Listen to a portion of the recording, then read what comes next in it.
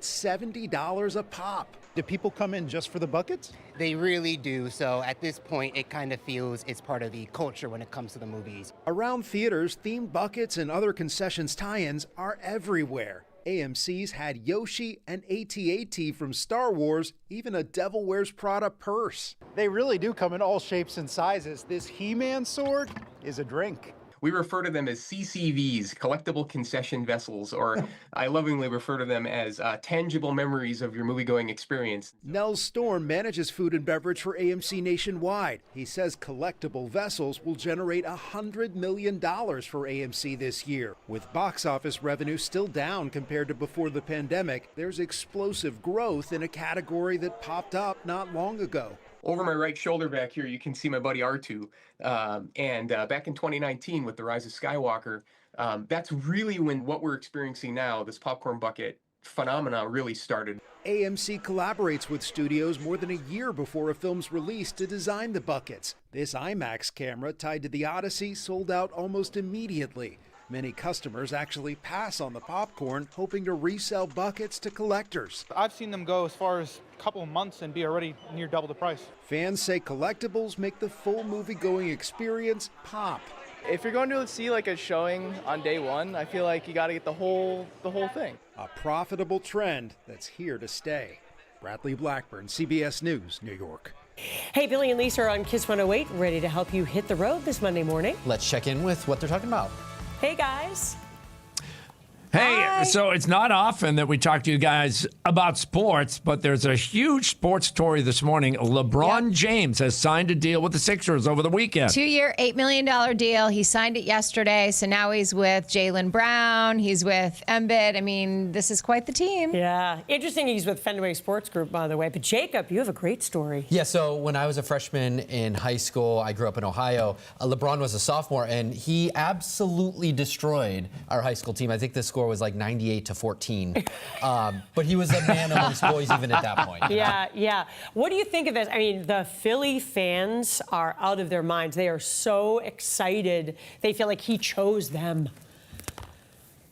Well, and I'll bet Jaylen Brown had a lot to do with his decision because he's got a history of wanting to sign with teams that he believes are going to win, especially at this point in his career. He wants to win more than anything else. And let's face it, Jaylen Brown is a good teammate to have. A lot of good teammates. As we know. Interesting. L.A., didn't embrace him as much as I think he thought they would. No. All right, Billy and Lisa, have a great day. Took a serious pay cut. I know. We'll talk to you tomorrow morning. Thanks.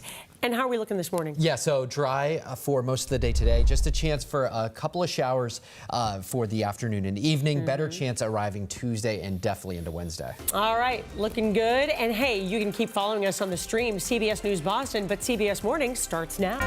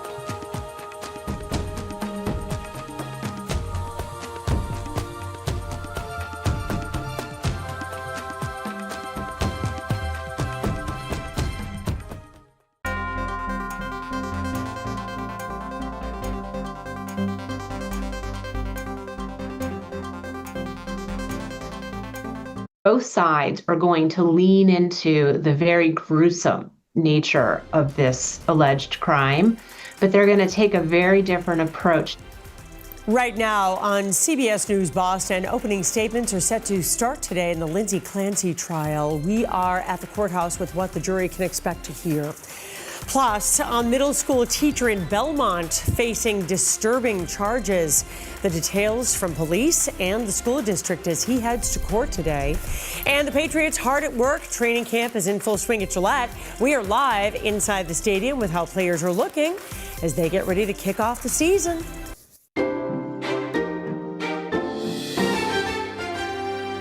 Now, streaming on CBS News Boston. This is WBZ News Mornings.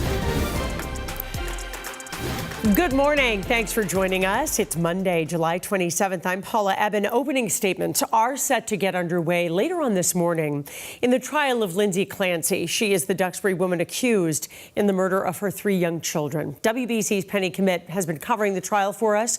She is at the courthouse in Plymouth with a preview. This is expected to be one of the biggest days of the entire trial. Not only will we hear opening statements, but the first witness expected to testify is Patrick Clancy, Lindsay Clancy's now ex-husband and father of her 3 children. We ended jury selection with 18 jurors. We have 12 women and 6 men. They will decide if Lindsay Clancy is criminally responsible for killing her 3 young children in 2023, or if she was overmedicated and suffering from a postpartum psychosis. Throughout opening statements, our legal analyst anticipates the prosecution will likely point to what they say are signs of premeditation and planning, where the defense will focus on Clancy's history as a devoted mother and what they believe to be a lack of motive. Following opening statements, Patrick Clancy will take the stand in what's expected to be some highly emotional testimony. I think the prosecution is honing in on the emotions and the raw tragedy of this case right out of the box. The defense, however, I think is going to play into the fact that Patrick Clancy has historically, from what we've seen, been very sympathetic and supportive of Lindsay Clancy. And on Friday, the judge approved Patrick Clancy's request to keep some of the evidence in this trial from public distribution. This includes his 911 call and autopsy photos of the children. So while everyone inside of the courtroom and the jurors will see this evidence, it will not be recorded or distributed to the public. In Plymouth, I'm Penny Commit, WBZ News. All right, we are looking good as we head into the day today. We're starting out with temperatures that are in the 50s and 60s. It was almost a refreshing start in some spots with temperatures that were in the 40s. We've since rebounded, a lot of sunshine expected, and you can really thank that refreshing feel to the nice dry air mass that we have in place. We have dew points that are in the 50s. That makes for some comfortable temperatures and not overly humid conditions. We do have a couple of clouds as you go south of town through Bristol and Plymouth County, Norfolk County, seeing a few of those clouds. We're going to see a smattering of clouds mixed in with quite a bit of sunshine for the day today. Overall, high pressure has been dominating our conversation. In fact, I expect that to be the case for the day today from start to finish. Sunshine, upper 70s, low 80s for your highs, a little bit cooler along the coastline, and there is a slight chance for a sprinkle as we go towards the middle part of the evening hours. We'll call it about 6 o'clock or so. You could see a couple of bubble up showers, mainly outside of 495. So central Mass into western Mass, best chance for any showers today. Now tomorrow we start to see the shower chances increasing and getting a little bit closer to Boston. These are also going to be somewhat isolated. Better chance for rain actually arrives Wednesday. A wall of water moves in our direction. So we are expecting quite a bit over the next few days. Paula will have another check of this forecast coming up in just a few minutes. We will see then. Thanks so much, Jacob. A Belmont teacher is due in court today to face child pornography charges. Leon Dyer is a technology teacher at Belmont Middle School, as well as a counselor at a youth summer camp in Middleborough, where he's been for more than 2 decades. Police did not give any additional information about what led up to his arrest. Excuse me. Belmont's superintendent of schools, Jill Geiser, says that Dyer was properly screened, underwent regular reviews, and those included criminal record checks. In a statement, she went on to say that the district's biggest concern is safety and well-being of students. She also says they're working with state and local police and that they do not believe that this involved Belmont students. Breaking overnight, 3 people are dead, 4 more were hurt in a shooting at a popular food festival in Seattle. Police believe 2 people started firing at each other, sending others running for cover. One of the suspects was arrested, but investigators say a 2-year-old boy is among the 4 people injured.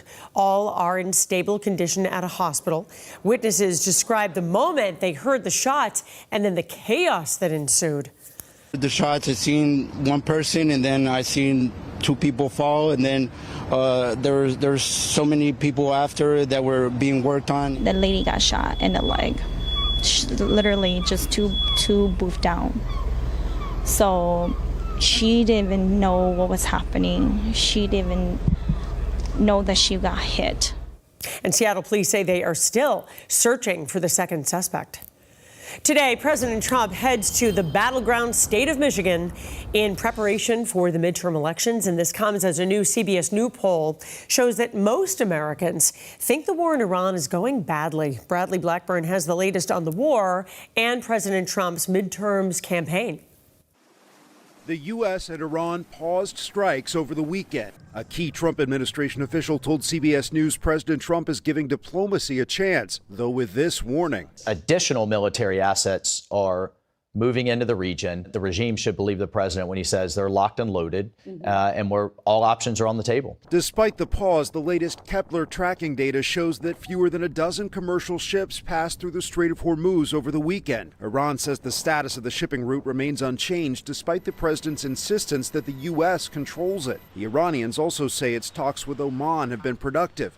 But Iran-backed Houthi rebels have stepped up attacks on Saudi oil facilities near the Red Sea, slowing shipping traffic at another key shipping route in the region. A new CBS News poll shows many Americans feel uncertain or frustrated by the conflict. 67% say the U.S. should end it now. I don't think we ought to just cut and run. If we can stand the pain of the rising cost of energy, we need to stay the course. Yeah. 78% say the president is not focusing enough on lowering prices amid soaring gas and food costs. MAGA Republicans can find money for Donald Trump's reckless war of choice in Iran. But when it comes to making your life more affordable, the cookie jar is empty. The political stakes are high with less than 100 days to go until November's midterm elections. Bradley Blackburn, CBS News, New York. In Maine, Democrats have officially chosen their nominee for Senate, former state Senate President Troy Jackson. And the vote by delegates on Saturday was nearly unanimous. Jackson replaces embattled Graham Plattner, who dropped out earlier this month amid sexual assault allegations. So Jackson will run against longtime Republican incumbent Susan Collins.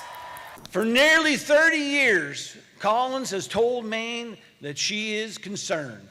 Maine does not need another 6 years of concern. We need someone with courage. We need a fighter. And we need a senator who remembers exactly who sent them to Washington, which is you. Now, if Jackson were to beat Collins, it could be a pivotal step in turning the Senate in favor of Democrats.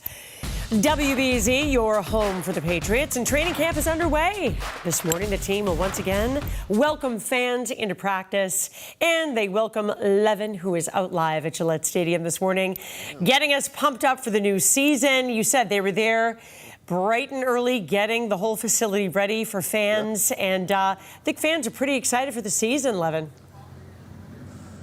Yeah, the fans are excited, and business is starting to pick up because around here right now, they got the speakers out. They're making sure the field is right. It's almost as if we never left. This weekend kicked off the start of Patriots training camp, and the stands were packed. And we haven't even put on the pads yet. That'll happen later in the week. And if you're wondering about the sense of urgency and intensity, it's here. And you wonder why? Well, because the Patriots play in a couple of weeks, and they'll play against a team that beat them in the Super Bowl. That'll be the Seattle Seahawks to start on September 9th. Training camp is here, and this is where it all starts. A lot of questions that were thought about at the beginning of this camp, well, some of them have been answered. Patriots cornerback Christian Gonzalez is here, and he's practicing. New wide receivers A.J. Brown and Romeo Doubs are leading the wideout group and doing their best to get on the same page with Drake May.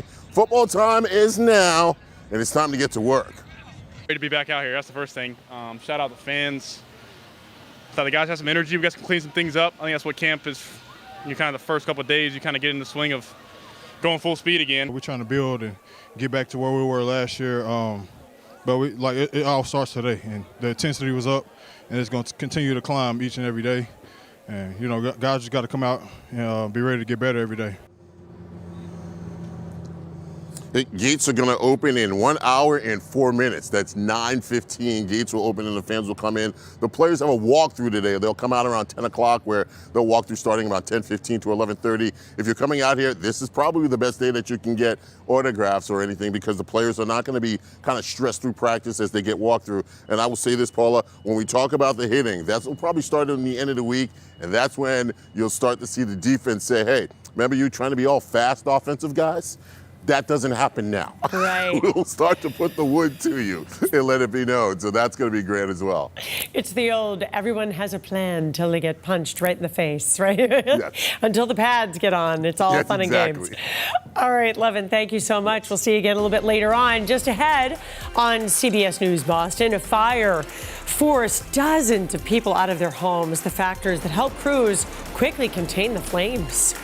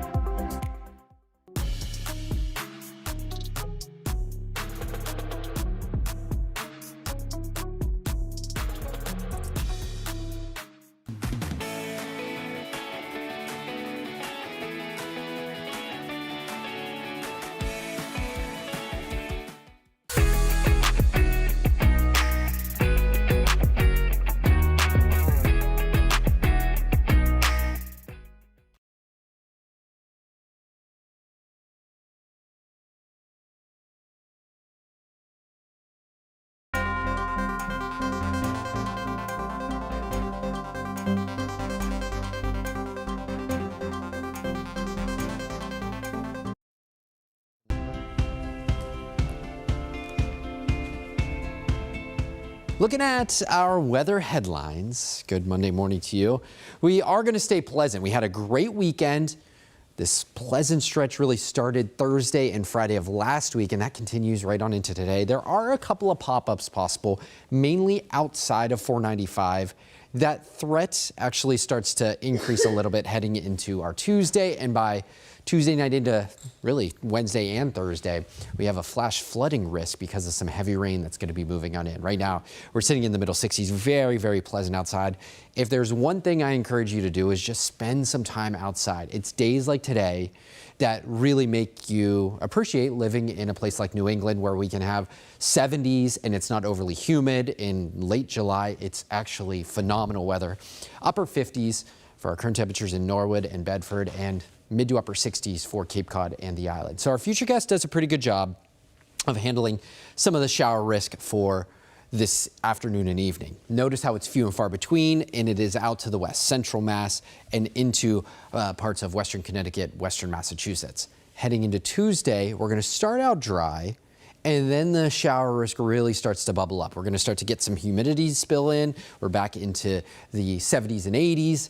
There's our shower risk for Tuesday, midday, afternoon, evening showers possible. And that really starts the conveyor belt moving in our direction. Some widespread off and on downpours that will move on through.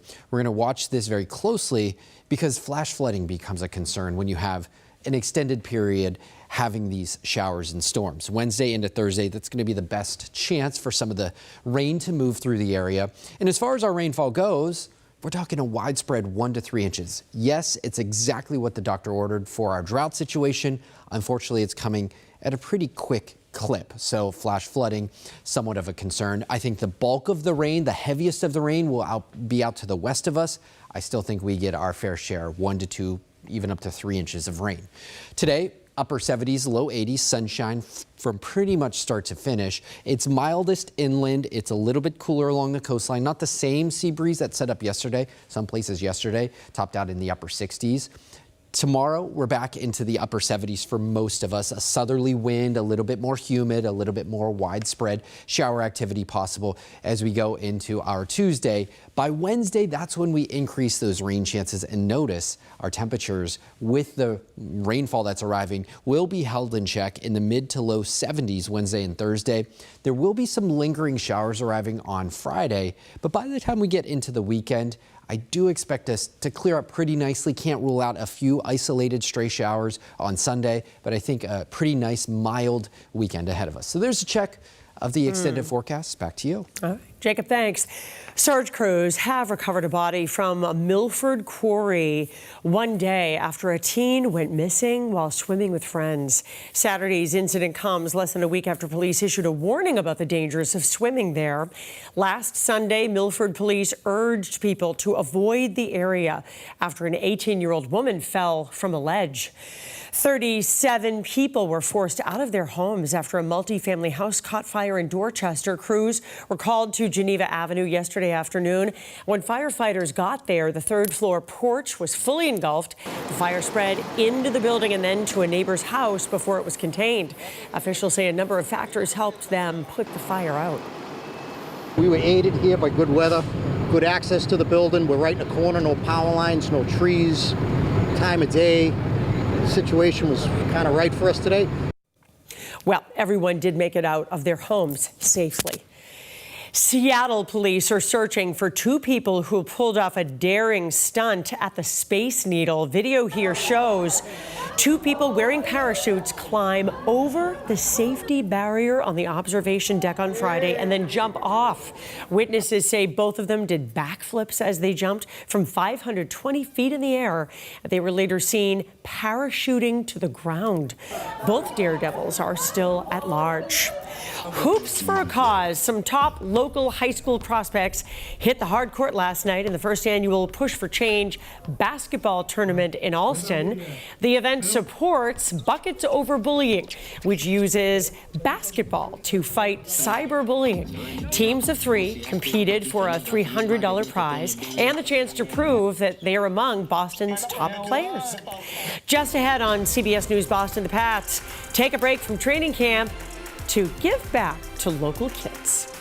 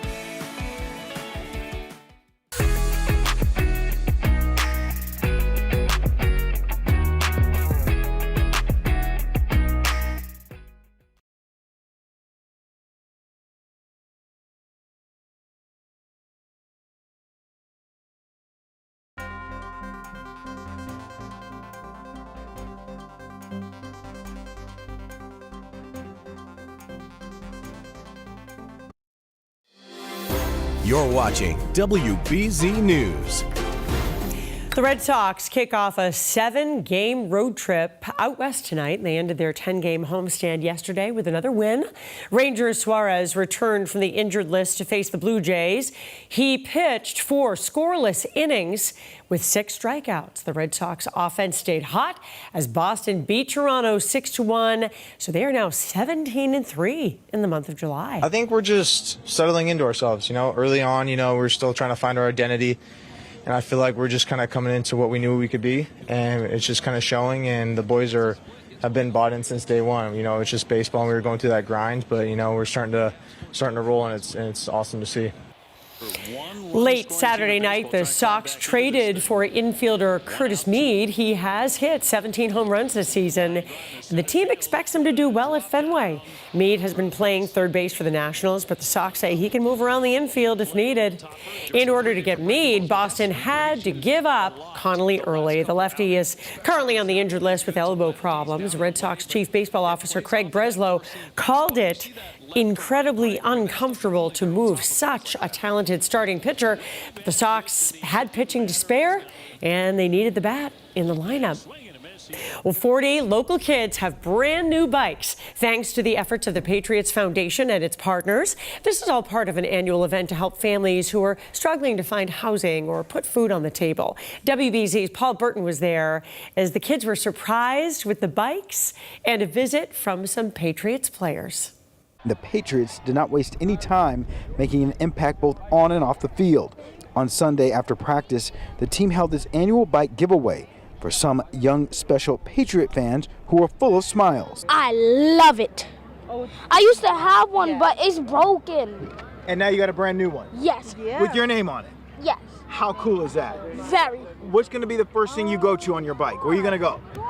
Starbucks, maybe. The event was put on by the New England Patriots Foundation and Good Sports to promote physical activity to local youth experiencing housing insecurity and to encourage healthy habits. I like bikes a lot, but I haven't had one, so now having one, I'll be able to be outside more.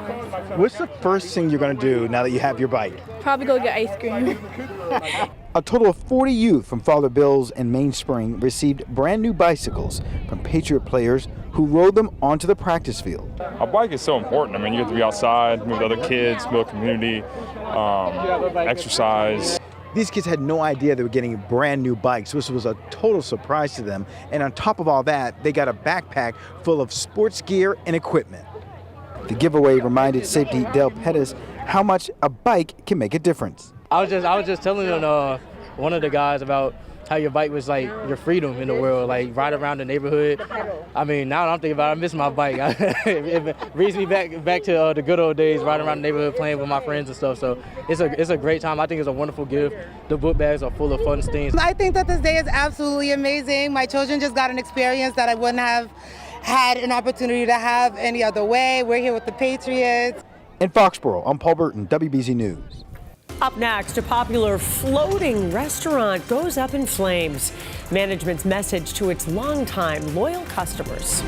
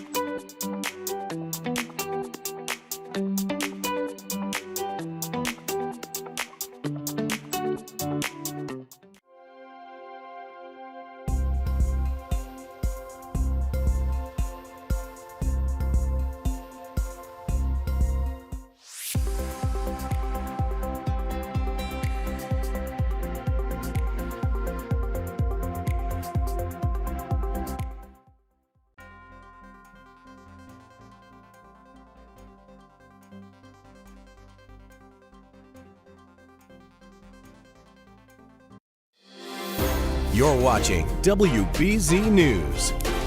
A popular spot for boaters on Lake Winnipesaukee was destroyed by fire. Here was the scene on the water Saturday as the Dive, which is a floating restaurant and bar in West Alton, New Hampshire, became engulfed in flames. The business posted on social media saying the Dive may be gone, but the amazing community around it is stronger than ever. And the memories and the wonderful people and friends we have met through these 9 years, we will always cherish.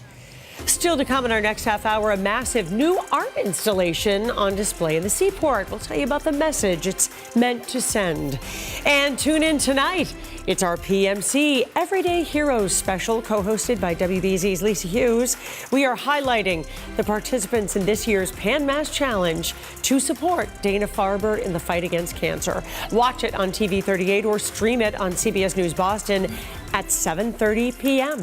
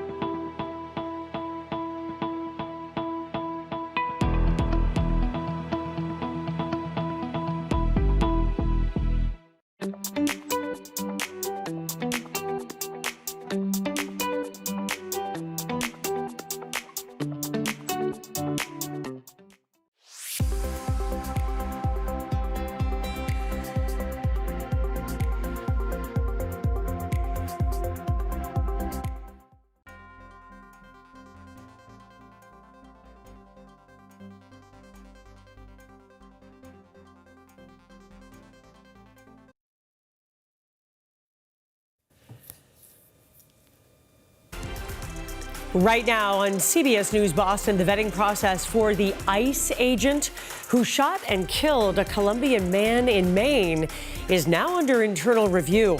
What the White House Borders Czar is saying about the process. Plus, the nationwide cyclospora outbreak spreads to new states. Its growing impact at grocery stores. And the deadline approaches for temporary protected status for Haitian migrants. What CBS News has learned about ICE's plans ahead of a court mandate expected to be issued today.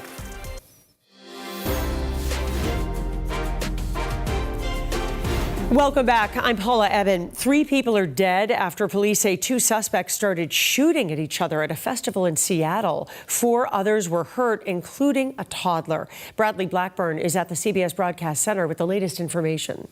Paula, good morning. Some of the wounded included a 39-year-old woman and a 2-year-old boy. They are in stable condition at the hospital, but this shooting has shocked the city after a festival with decades of history became the scene of horrible violence.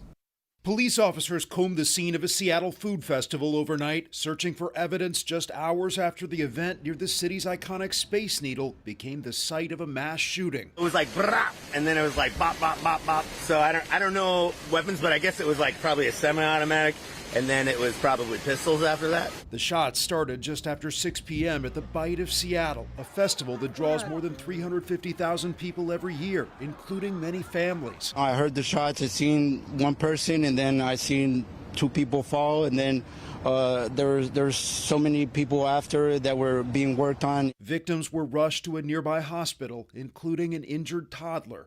Overnight, police said they have 1 suspect in custody and are searching for another. They believe they were shooting at each other. Thankfully, we had officers on the scene that were brave, went to those shots, and prevented more victims from being injured. Police say the public is not at risk, but the city's mayor pointed the finger at the overall problem of gun violence. We're coming off of a week in Seattle where we've had 3 major incidents of gun violence in just a few days. We have a lot of work to do as a city and as a country to make this better. Seattle police are now leading the investigation with help from the FBI and ATF agents at the scene. There have been more than 270 mass shootings nationwide so far this year, according to the Gun Violence Archive, but the overall number of deaths is down compared to recent years. In New York, Bradley Blackburn, WBZ News. CBS News has learned ICE is reportedly making plans to target Haitian migrants when their temporary protected status ends, and that could happen as early as today. A lower court is expected to issue a mandate after the Supreme Court sided with the Trump administration's efforts to end deportation protections for Haitians and Syrians. Last week, a U.S. Court of Appeals issued an order keeping those designations in place until today's hearing. And according to the state attorney general's office, Massachusetts is home to roughly 45,000 Haitians with those protections, and that includes thousands who work in healthcare. And as we look at our forecast, temperatures are going to be back into the 70s and 80s today, starting out in the 50s and 60s. Very comfortable outside. My only request is finding a way to make sure you spend some time outdoors. These are the type of days that we really hope for. And a big portion of the reason of that is because we have such dry air in place. This weekend, even finishing up last week, that was really nice. And we're continuing this great stretch right on into today. High pressure in place, just a few clouds throughout eastern Mass. I think still plenty of sunshine mixing in for the day today as high pressure is overhead, and we'll start to see some changes later today and certainly into the next few days. Upper 70s, low 80s today, starting out with sunshine, ending the day with a lot of sunshine. There's only a slight risk for a couple of pop-ups as we go into the evening hours. Most of that shower activity, there's 495 right there. This is going to be outside of 495. Tomorrow, a little bit better chance that we see more widespread shower activity. This is paused at noontime. I think by the time we get into the midday tomorrow, we'll start to see the atmosphere bubbling up. An even better chance heading into Wednesday. Wednesday is going to be the more widespread, heavier rainfall that flash flooding becomes a concern with. Now, we'll have much more on this. We'll show you the full 7-day forecast coming up in just a few minutes. Paula? We'll see you in a few. The vetting process for the ICE agent who shot and killed a man in Maine is now under internal review. That admission by President Trump's border czar yesterday follows statements by the immigration officer's family about his history of violent behavior and mental health struggles.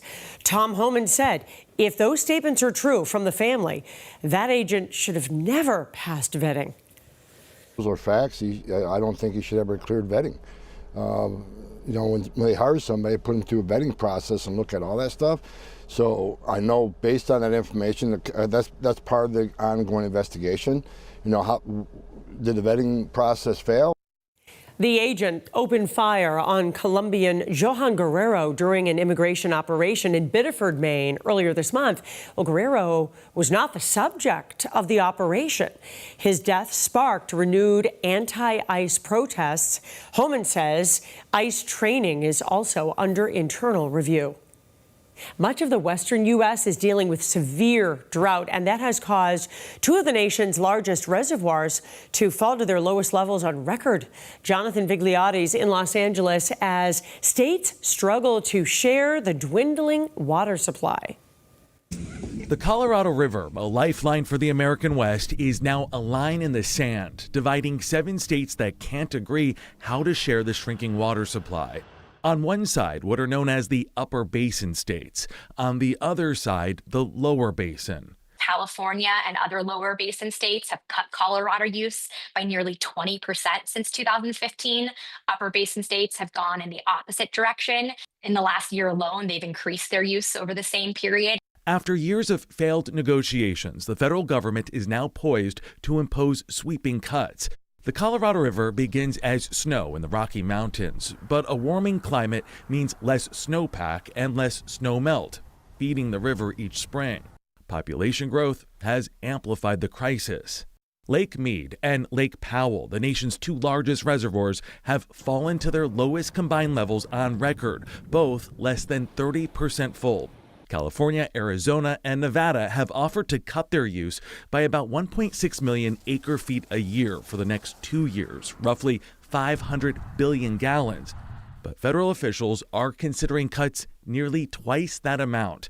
It would mean higher costs for cities trying to secure water, tighter restrictions on outdoor watering, and major changes for farmers who use the majority of the river's supply. I would urge those people living in those states to contact their elected representatives and really urge them to come to the table and come up with some sort of agreement. And if Lake Powell drops just another 33 feet, the nation's second largest reservoir may not have enough water to generate hydroelectric power. Jonathan Vigliotti, CBS News, Los Angeles. Well, health officials say the cyclosporiasis outbreak that's been linked to iceberg lettuce has expanded to 4 more states. So 9 is now the total. Thousands have become sick and almost 100 people have been put in the hospital. A new poll shows 40% of Americans are now buying or eating less produce due to the outbreak. And most Americans are not confident in the FDA's handling of this issue. You may have noticed new color bars you see along the seaport skyline. Well, they're part of a new exhibit at the Institute of Contemporary Art from the artist Derek Adams. Adams is known for his vibrant depictions of Black joy in America. He spoke with CBS Sunday Morning about his use of color to evoke emotion from his audience. He hopes his work and the color bars on the building give people the opportunity to understand how their place in society has been influenced by the media they consume. Think about influences. The television is an extra person in your house. Oh, absolutely. It's a family member, it's a teacher, it's an escape. It's a lot of different things. It became this other figure, and, so a lot of things that I've made are really responding to the influence of myself. You can check out more of Derek Adams' work at the ICA through September 7th. Well, he was an adorable little monkey who took the internet by storm, and he's marking a milestone. Punch the monkey celebrated his first birthday in Japan over the weekend. Of course, he became a viral sensation this year when videos posted online chronicled his struggles as a newborn. His mother had abandoned him. The other monkeys rejected him, so zookeepers gave him a stuffed animal to comfort him. And the zoo says it's received thousands of birthday cards from around the world. Still to come on CBS News Boston, ESPN's Mike Reese talks about some of the biggest storylines coming out of the first few days of Pat's training camp.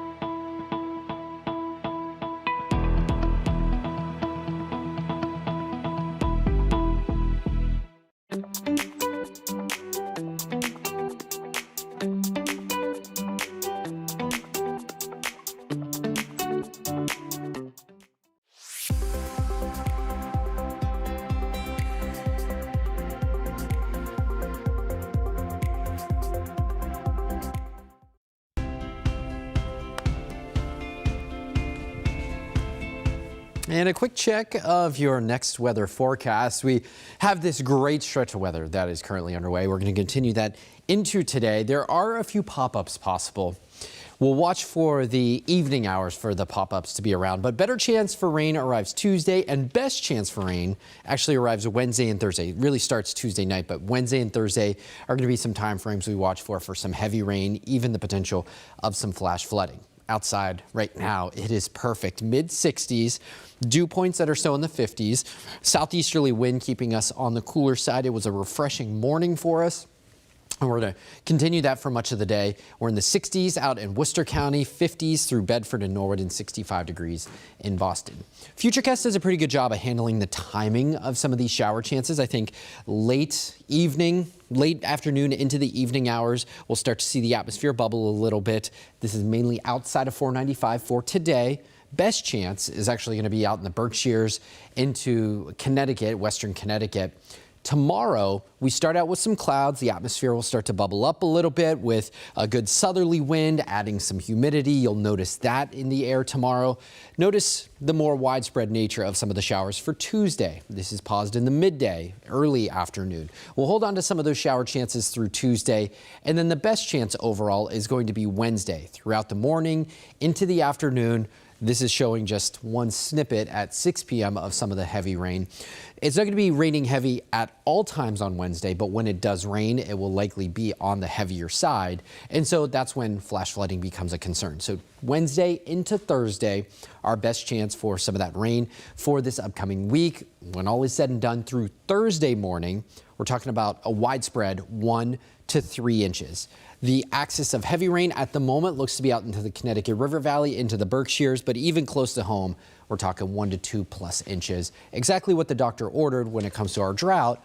Unfortunately, it could come too quick, too soon for us, and so flooding becomes a part of the conversation. Upper 70s, low 80s, sunshine pretty much start to finish for us. Remember, if you are inland, outside of 495, you could see that pop-up shower today. Mid-80s inland, 70s along the coastline, a little bit less of a sea breeze than what you saw yesterday. By Tuesday, most of us are in the mid to upper 70s. That southwesterly wind will crank up the humidity a little bit, adding a little bit of atmospheric moisture to the mix. Here's our extended forecast. We'll call it low 70s, even some 60s for Wednesday with some rain, heavy at times. That lingers into Thursday and even possibly Friday. We will start to dry out a little bit and warm up a little bit for the upcoming weekend. By Saturday and Sunday, mid-80s, just a slight chance for a shower heading into Sunday. Paula? Jacob, thank you.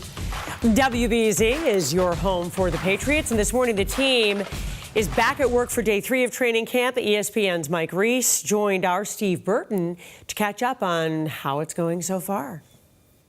Joining me now is my guy, Mike Reese from ESPN. Good to have you back. Training camp, day 2 in the books. But I got to start with the biggest elephant in the room. Yes. Because it's big and it's a mighty big room. Yes. But it's a mighty big elephant. Yes. Christian Gonzalez. Patriots are trying to make him the highest paid defensive back in the league. Yes. Why isn't he signed? Well, so there's a couple different ways to look at this, Steve. You know, Robert Kraft comes out and says, we love Christian Gonzalez, as you heard in Dan Roach's package, and they want to make him the highest paid cornerback in the league, the highest paid player in franchise history. One, what's the specifics of that? We don't know that. 2, maybe they're close to making it happen. Well, wouldn't you say they're close? Because he wouldn't be out there practicing if he wasn't close, right? In one respect, yes, Steve. Like, if you want to look at it from the glass half full perspective, Christian Gonzalez is putting a lot on the line, going out there and practicing fully. Right. If there's not a deal that's close. The other side of it is Christian Gonzalez might have made a decision to say, whatever the specifics of this deal are, like, I'm good to play it out. Like, I think I can do better by waiting, and I'll assume that risk. And we just don't know because we haven't heard from him. And let's not forget, he's under contract. That's right, for 2 more years. But we know the numbers, Steve. He's making a base salary of about $2.2 million. Top corners in the league average about $30 million a season. So it shows you the gap from what. So we just need to hear from Christian Gonzalez. We have not heard from him yet. That would help inform us as to which direction this thing's going. Were you surprised Robert came out and said that? I was surprised that he came out and said it. Okay. And I think it was a decisive statement. Yeah, but he's making it clear. He's making it clear. Hey, we're offering him this. And you think about the last couple years, Steve, under Gerard Mayo, first year under Mike, they've spent a lot of money. Right. And so the willingness to do that, I think, is something he wanted to get out. All right, you've been down there. Biggest takeaway so far? 2 days. It's been great weather, Steve. The wide receivers. When was the last time you could say a Patriots team possibly had too many wide receivers? Steve, I look at this, and Kayshon Boutte, to me, has been their best receiver of the first 2 days of camp, and I'm not even sure what his role on the team is going to be. That's why you do not want to let go of Kayshon Boutte. I am with you. I am with you. You do not want. He's making a statement for himself. I am with you 100%, Steve. But you went out and you traded for A.J. Brown, gave up significant assets, which I'm happy about. And he's going to play. Right. You love your A.J. Brown. I do. You gave Romeo Dobbs a free agent deal averaging $17 million per Booty season. produces. I'm with Steve. He I am with you produces. 100%, but there's only so many receivers you can put on the field at one time. So who's the odd man out? So, well, let's go through it. We know A.J. Brown's going to be there. Right. Romeo Dobbs, they paid all that money. He's going to be there. We think, you and me, we're keeping Kayshon Boutte. Kyle Williams was a third-round pick last year who can really run. You figure he's going to be there.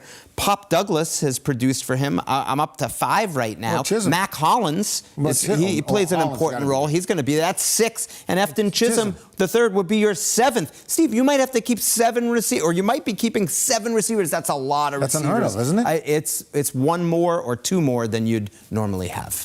That's unbelievable. That's a lot. All right, let's turn our attention to the quarterback, because Drake May now has all these weapons, okay? Yeah. And now, for the first time, he gets to work with second-year guy for this, and Josh McDaniels, coordinator, for the second year in a row, which he hasn't done since high school, right? And that's right. And you see it at practice, Steve. Like, they're so much further along. Like, they're hurrying up to the line of scrimmage, and you see Drake's command at these practices. I will say, today, Sunday, first interception. Won, didn't it? Yep, Craig Woodson, safety, intercepted Drake. Deflection. And the first pass at training camp, Saturday, Drake talked about he wanted to start with a bang. He's looking for AJ. Yeah, and Christian Gonzalez was there in coverage, and they haven't quite had the connection.